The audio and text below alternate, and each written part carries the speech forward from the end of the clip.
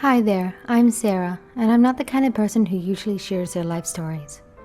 But something happened a while back that's been on my mind, and I think it's time to get it off my chest. So, let's rewind to a few months ago. My name is Sarah Hudson, and I'm 46 years old. I've been working as a cram school lecturer for years now, and my husband Robert is just 4 years older than me, running his architectural firm. We met back in college and things were great until we decided to bring a child into the mix. That child, our son Michael, changed everything. Before Michael, I was a school teacher, and after he was born, I became a tutor and eventually a cram school lecturer. I had to work hard to provide for our family, and it meant long hours and sometimes leaving Michael with my parents. Robert's architectural firm struggled at first, but he finally managed to get it off the ground, and that's when things started to change between us. I always dreamt of becoming a teacher. Not the traditional kind you find at schools, but the one who helps children find their path. My current job fulfilled that old dream, and I love guiding kids like Michael. He grew up to be a bright young man, even though I wasn't around as much as I would have liked to. I have to thank my mother for being there for him during those early years. Now, Michael is 20 years old and attending law school. He's always had a passion for law, and he's been preparing for the bar exam alongside his classes. He's a competitive young man, and when he needed help with his studies, he asked me. In spite of my absence, Michael has always been kind to me. But as Michael grew, my relationship with Robert somehow became more formal. Our marriage had been fantastic until Robert decided to start his architectural firm around the time that we were enrolling Michael in kindergarten. He had conflicts with his boss at his previous job, which led to this big decision. Starting a firm wasn't easy, and he had to find clients, manage finances, and handle the business side of things. While he was an excellent designer, management was a challenge for him. I decided to find a job that paid enough to cover all our living expenses. I started working at a tutoring center, but the hours were limited, so I ended up working expenses.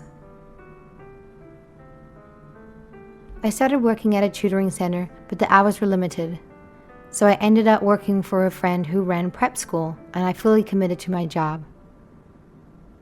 House chores had to take a back seat, and I'd catch up on weekends or have my mom help out.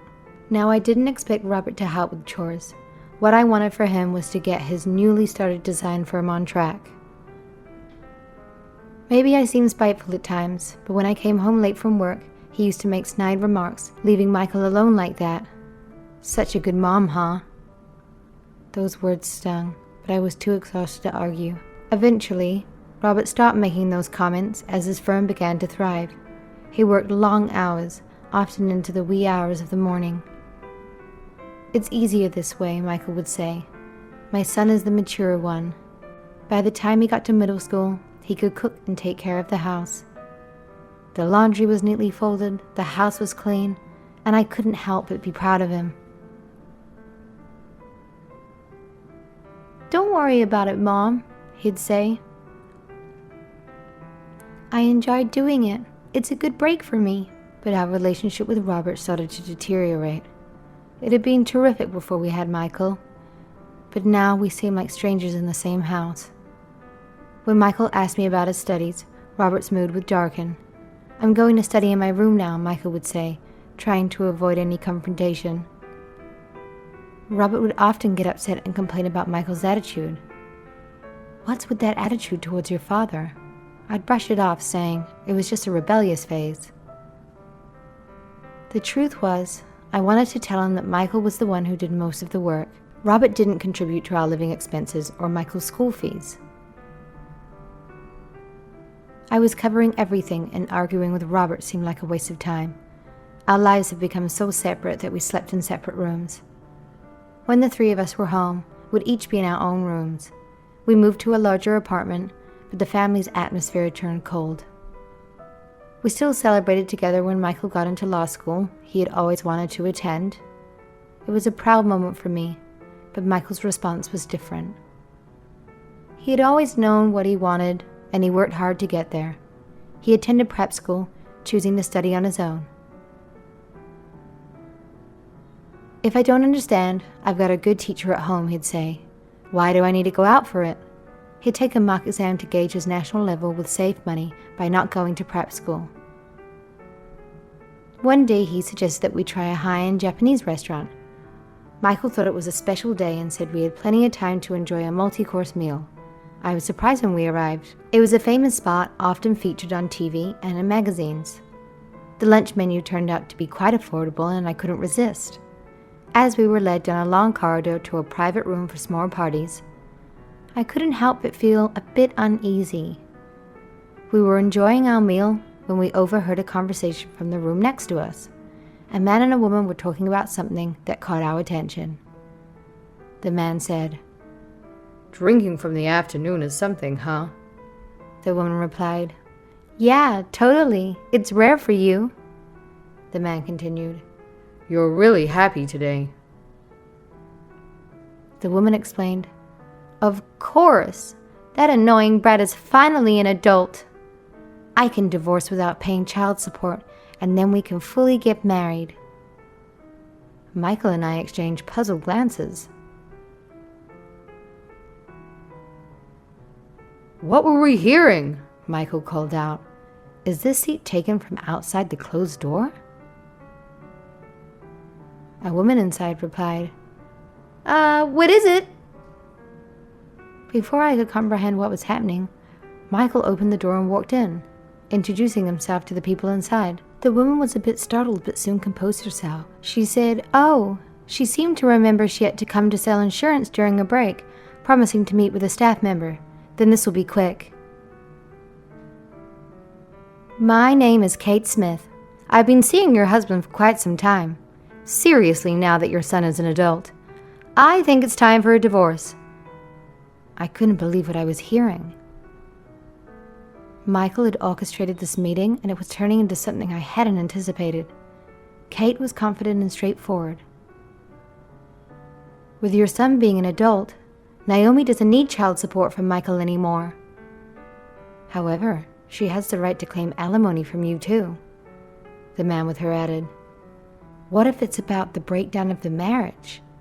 Naomi is in the same boat." Kate firmly said, "That's not true. In affair and financial abuse, those are grounds for alimony. Robert's affair, not contributing financially to the household, these are serious issues." I was still in shock, unable to comprehend the situation fully. Kate continued, "Yet he had a home without a question. Get your laundry done right." I couldn't believe the audacity of this woman. But what shocked me more was when she said, "I've been raised all along with Mom's money." Robert had no words to return to Michael's relentless statements. When did he check the bank books? "I've been paying for everything in our household. Rent, groceries, utilities." Michael added, "So in that sense, you've been living off me, haven't you?" I couldn't believe the situation we were in.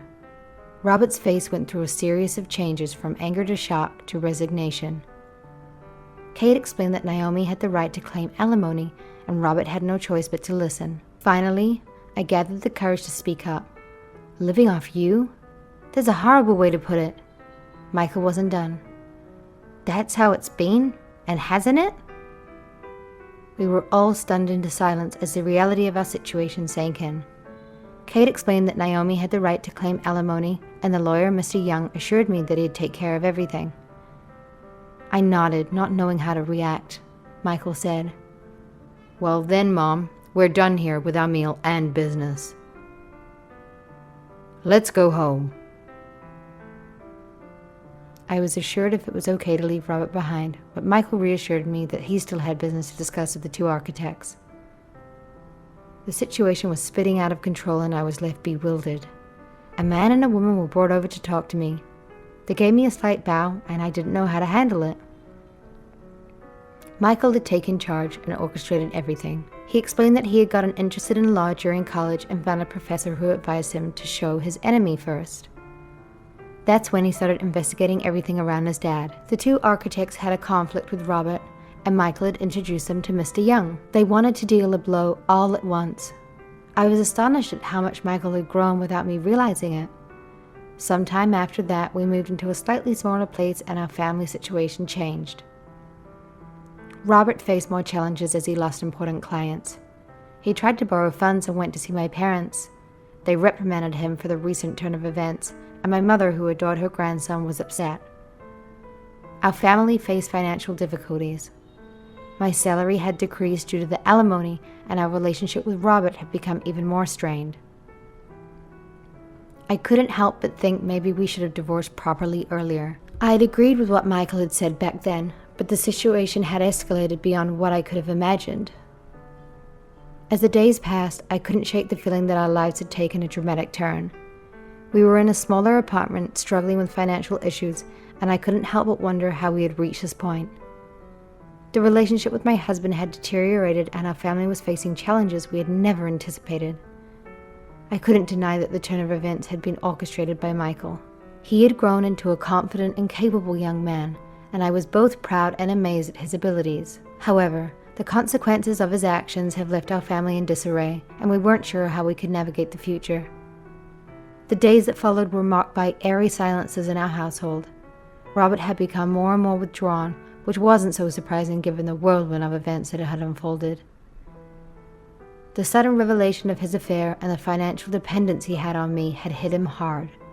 The fact that our marriage had been deteriorating, but neither of us had addressed it, only added to the tension in our home.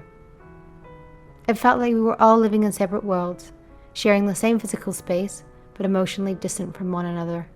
The atmosphere was heavy with unspoken words and unresolved issues.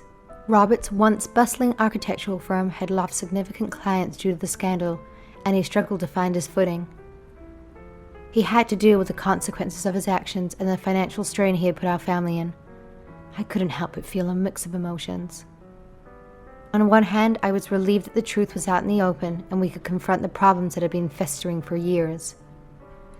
On the other hand, the sense of betrayal and the shattered trust in my marriage weighed heavily on my heart. The fact that our son had taken it upon himself to expose his father's affair and financial irresponsibility added another layer of complexity to the situation. Michael had grown into an independent and mature young man, but it was apparent that he had carried a heavy burden. The revelation of Robert's actions and the subsequent legal proceedings had thrust our family into the spotlight, leaving us exposed to judgment and scrutiny from others. I couldn't help but worry about the impact this would have on Michael and his future. As for Robert, his shame and regret were palpable.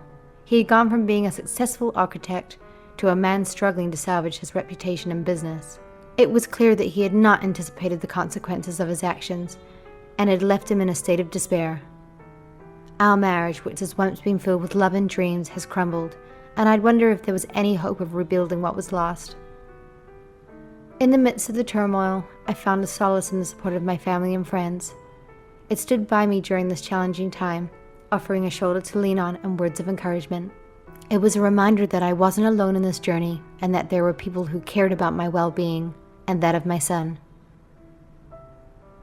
The legal proceedings continued, and it became increasingly apparent that the road ahead would be long and arduous. The divorce was inevitable, but the negotiations over alimony and the division of assets would be a complex and emotionally charged process. It was a stark reminder of how our lives had become entangled, and now we had to untangle them with legal precision. Despite the pain and uncertainty, I couldn't help but feel a glimmer of hope for the future. Michael, despite the challenges he faced, had shown resilience and determination. He had a clear sense of direction in his life, and I knew he would go on to achieve great things. As for me, I had the opportunity to redefine my life and pursue my own dreams and aspirations. The journey ahead would be difficult, and there were many questions that remained unanswered. What would become of Robert's architectural firm, and how would he rebuild his life? How would our family's relationships evolve in the wake of these revelations? And most importantly, how would we heal from the wounds of the past and find a way to move forward? The road to recovery was uncertain, but one thing was clear. We were all forever changed by the events of the past months. Our family had been through a storm, and while we may have been battered and bruised, there was a glimmer of hope on the horizon.